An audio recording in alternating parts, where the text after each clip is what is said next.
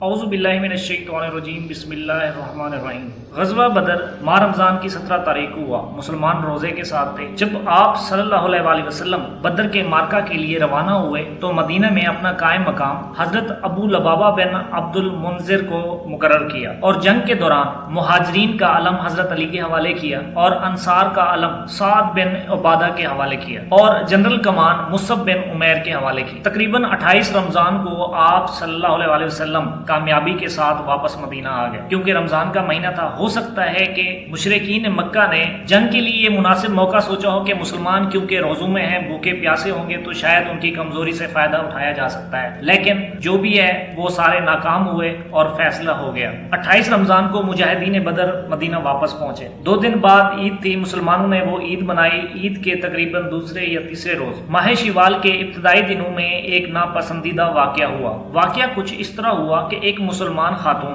مدینہ کی ایک بازار میں گئی ایک یہودی کی دکان پر زیورات خریدنے کے لیے۔ اس یہودی کے ذہن میں کچھ شرارت سوجی اور اس نے مسلمان عورت کے کپڑے کو کیل سے باندھ دیا۔ خاتون کو اس بات کا علم نہیں تھا۔ جب وہ اٹھی اس کا لباس کیل سے اٹک گیا اور بے پردگی ہو گئی۔ یہ منظر اس بازار میں موجود ایک مسلمان دیکھ رہا تھا۔ اس سے برداشت نہ ہوا، اس نے اس یہودی کو مار دیا۔ دیکھتے ہی دیکھتے کچھ یہودی وہاں پہ جمع ہوئے اور ان یہودیوں نے اس مسلمان کو بھی قتل کر دیا۔ یہ واقعہ آپ صلی اللہ علیہ وآلہ وسلم تک پہنچا تو آپ صلی اللہ علیہ وآلہ وسلم اصحاب کو جمع کر کے تقریباً 5 شوال کو بنی قینقاع یہودیوں کے پاس پہنچ۔ کیونکہ یہودیوں کی طرف سے معاہدے کی خلاف ورزی ہوئی تھی، اس لیے پیغمبر اسلام نے ان کو بات کے لیے بلایا، لیکن بنی قینقاع کے یہودیوں نے بجائے یہ کہ آپ صلی اللہ علیہ وآلہ وسلم کو اہمیت دیتے اور مسئلے کا حل نکالتے، وہ مسلمانوں کے ساتھ جنگ کے لیے تیار ہونے لگے۔ آپ صلی اللہ علیہ وآلہ وسلم نے تقریباً 15 روز ان کا محاصرہ کیا۔ اب یہودیوں کے پاس 2 راستے تھے، یا تو وہ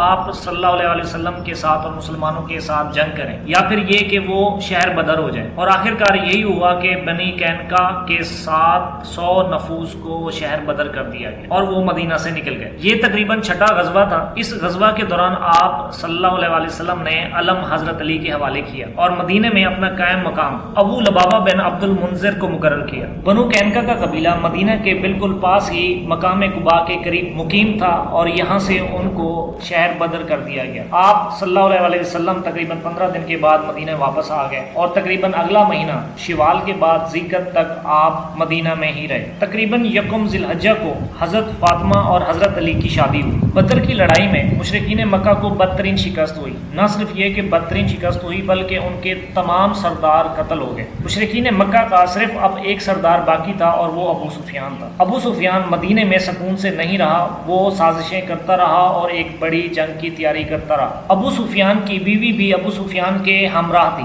ابو سفیان کی بیوی ہندہ نے عورتوں کو جمع کیا اور عورتوں کے ذریعے وہ اہل مکہ کو بدر کا بدلہ لینے کے لیے اکساتی رہی۔ ابو سفیان بھی ارد گرد کے لوگوں کو جمع کرتا رہا اور اس بدلے کے لیے اکساتا رہا اور بدلے کے لیے تقریباً مکمل طور پہ سرگرم عمل رہا۔ جنگ بدر کے 4 ماہ بعد تقریباً ماہ ذی الحجہ میں ابو سفیان تقریباً 200 افراد کے ہمراہ مدینہ کی طرف مقام غریض آیا۔ یہاں یہودی سردار سلام بن منکم سے مل کر مسلمانوں کے متعلق معلومات اکٹھی کی اور جاتے ہوئے مقام غریض پر کھجوروں کے باغات کو آگ لگا دی اور وہاں سوئے ہوئے 2 مسلمانوں کو بھی شہید کر دیا۔ آپ صلی اللہ علیہ وآلہ وسلم تک جب خبر پہنچی تو آپ صلی اللہ علیہ وسلم ہمراہ مجاہدین کے تقریباً ذی الحجہ کی 5 تاریخ کو ابو سفیان کا پیچھا کرنے کے لیے نکلے، مگر ابو سفیان پہلے بھاگ چکا تھا اور جاتے ہوئے ستو کے تھیلے چھوڑ گیا تھا۔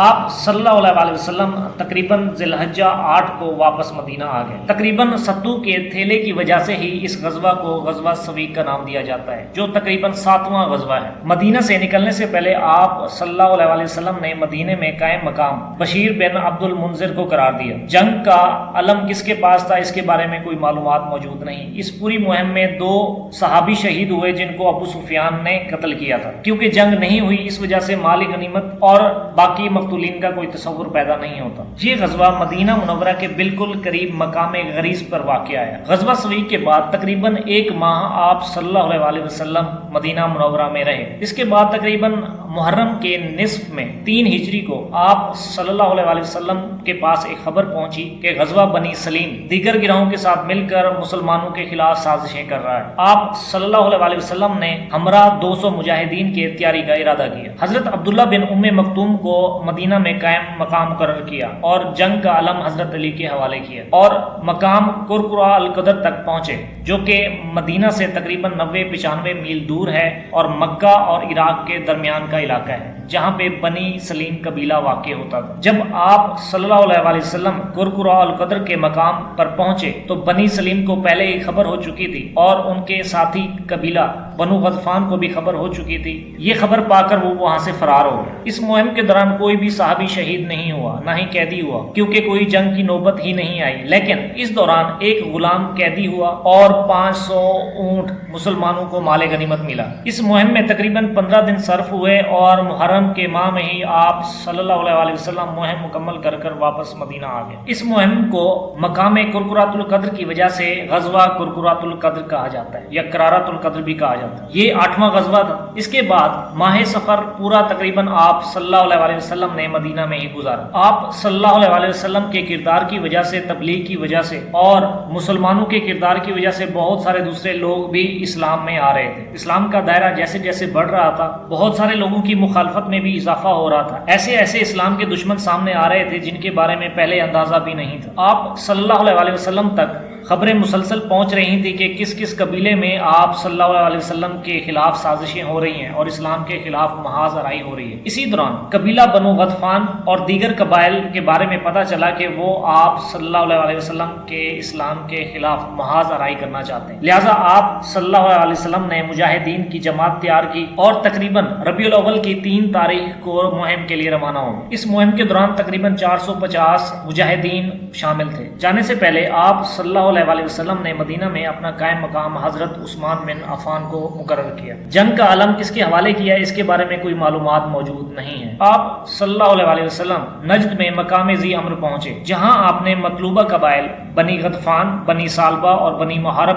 کا محاصرہ کرنا تھا۔ آپ صلی اللہ علیہ وسلم کی خبر پا کر وہ قبائل وہاں سے رخصت ہو گئے۔ اس دوران کوئی جنگ نہیں ہوئی، کوئی محاصرہ نہیں ہوا اور کوئی شہید اور قیدی بھی نہیں ہوا۔ اس مہم کے دوران ایک واقعہ پیش آیا کہ بارش کے سبب آپ صلی اللہ علیہ وسلم کے کپڑے بھیگ گئے۔ آپ ایک درخت کے پاس ٹھہر گئے اور وہاں پہ سستانے لگے۔ اسی دوران ایک کافر آن پہنچا، اس نے آپ صلی اللہ علیہ وسلم کو تلوار دکھائی اور کہا کہ اے محمد، اب تمہیں کون بچا سکتا ہے؟ آپ صلی اللہ علیہ وسلم نے فرمایا کہ میرا رب ہی مجھے بچائے گا۔ یہ سن کر اس کے اوپر کپ کپی طاری ہو گئی اور اس کی تلوار اس سے گر گئی۔ آپ صلی اللہ علیہ وسلم نے وہ تلوار اٹھائی اور اس سے کہا کہ اب تم بتاؤ کہ تمہیں مجھ سے کون بچائے گا؟ وہ شخص ڈر گیا اور کہا کہ مجھے نہیں معلوم کہ مجھے کون بچائے گا۔ اس کے بعد آپ صلی اللہ علیہ وسلم نے اس کو معاف کر دیا۔ کچھ عرصے کے بعد وہ شخص بھی مسلمان ہو گیا۔ اس مہم کے بعد آپ صلی اللہ علیہ وسلم تقریباً 23 ربیع الاول کو واپس مدینہ پہنچ گئے۔ اس غزوہ کو غزوہ بنی غطفان یا غزوہ ذی امر کا نام دیا گیا اور یہ 9واں غزوہ تھا۔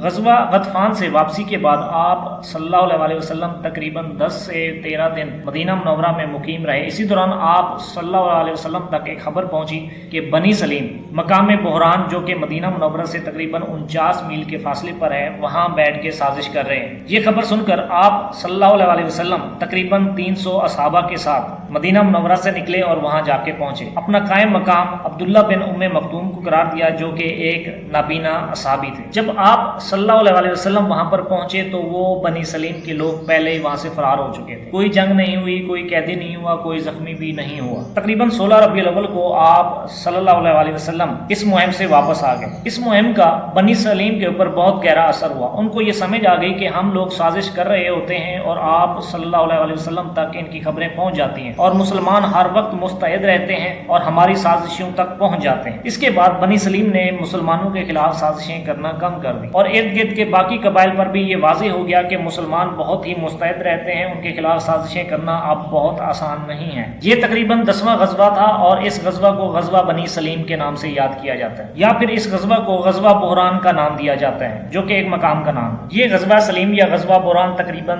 10واں غزوہ تھا۔